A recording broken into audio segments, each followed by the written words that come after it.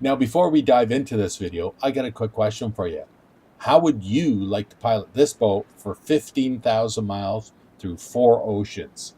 Boy, that would be an adventure, wouldn't it?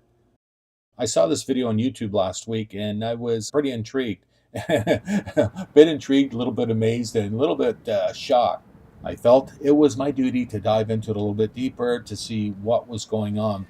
Now, the first thing I noticed are those blue barrels on the bottom of that boat. I initially thought that those barrels were just kind of along the outside of the hull, if you want to call it a hull, for a little bit of added buoyancy.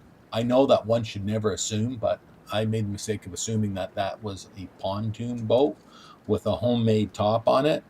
But later I learned that no, it's not a pontoon boat. It is homemade, and the hull of that boat is no more than those plastic barrels. I was able to find some standalone photos of this boat online, and I was really surprised to see that, yeah, the hull is no more than just looks like a bunch of 2x6s framed together, sitting on top of those barrels. Now, the video was suggesting that he was heading out onto Lake Huron. End of November, out onto the Great Lakes, the open Great Lakes. Again, in my estimation, is a really bad idea. The winds in November, right?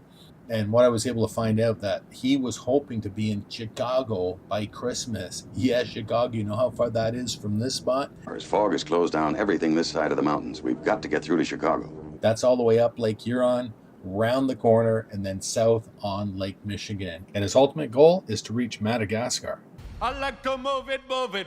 I like to move it, move it. Yeah, I like to move it. Now listen, I'm not putting this guy down at all. Clearly he has a dream. Hopefully he has a plan. I don't know if he's actually did some research insofar as what the weather is going to be like this time of the year. However, most boaters on the Great Lakes know and understand that this time of year is not really the time of the year to be out in a pleasure boat. The weather started getting rough. The tiny ship was tossed. And the way this thing is put together, it looks like it's, I'm going to say dangerous just to be on the Great Lakes, and then ultimately get out over to Madagascar.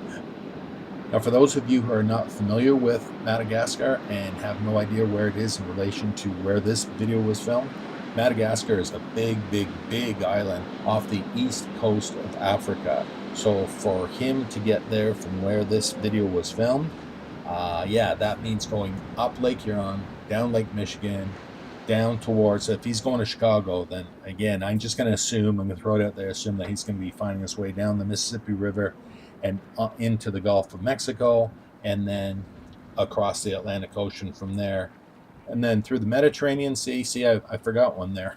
Down through the Suez Canal, which would take him out onto the east coast of Africa and then south into Madagascar. Now, I did a really, really quick, just on my phone, a distance measurement. Straight lines, not trying to hug the coast anywhere, shoot right across the Atlantic Ocean. Best estimate was 15,000 miles, direct line. But, of course, that's going to be almost impossible for any type of boat to do. So let's add a little bit to that, probably a third. So let's say 20,000 miles in total one way. But I just want to come back to the fact that I really, really don't think that that boat is seaworthy enough to do it. But you know what? Let's not lose faith in this guy's dream. I'm not here to encourage the guy to do it because, like I say, I think this is sketchy to start with and a little bit foolhardy and dangerous.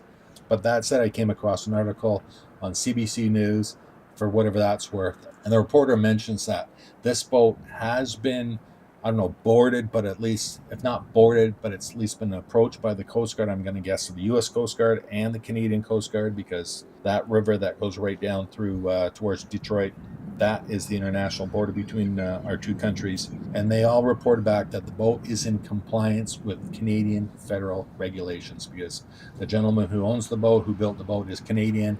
Yeah, and the water cops who have approached him and talked to him said, yeah, the boat is fully in compliance. Everything is legal. And again, here's the air quotes I'm using. It's legal, it's compliant, but maybe just go up and down the river on a nice sunny day in July or August. But I don't really think that this thing is meant, designed, or safe enough to cross the big lakes, the big waters, or the ocean.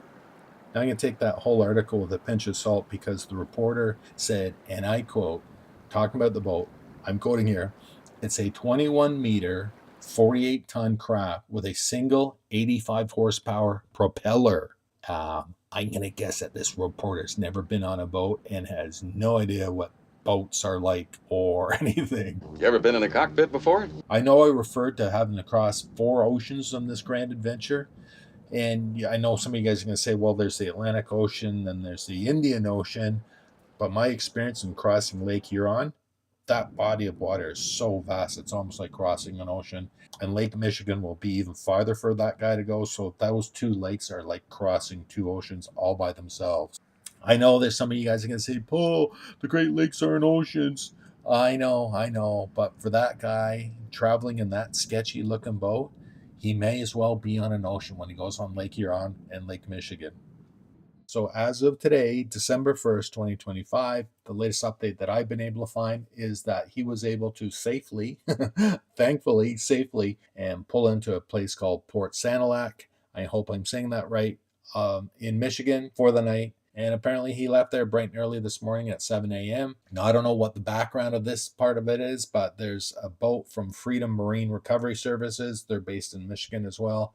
Not sure if that company is under contract with the owner of the houseboat or just being a good Samaritan. I don't know. But it's good to see that he has a buddy boat in case there's any problems.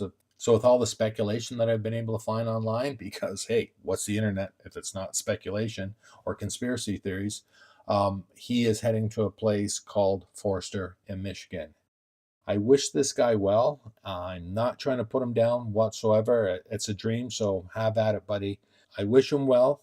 I hope he can stay safe, and I really hope that that boat does not break up crossing those vast bodies of water. So I'm going to wrap this up by just saying, what do you think? Do you think that this is a great adventure? Do you think it's foolhardy? Do you think it's sketchy? Whatever. You already know what my thoughts are. I would love to hear from you. Leave me a comment and let me know what you think. Or also let me know if you know anybody who's ever done something like that. Do you think he's going to make it? Do you think he's going to make it to Chicago? I think if he makes it to Chicago, he'll be in good shape.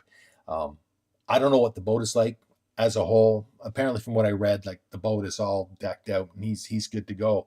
But then again, what I have seen also is those his solar panels are tied down with zip ties. So if the whole boat is just held together with zip ties and a little bit of PL glue, well, time will tell. So that's it for this one, and I hope you found that entertaining or a little bit insightful. And that's it, and I will see you on the next one. Cheers.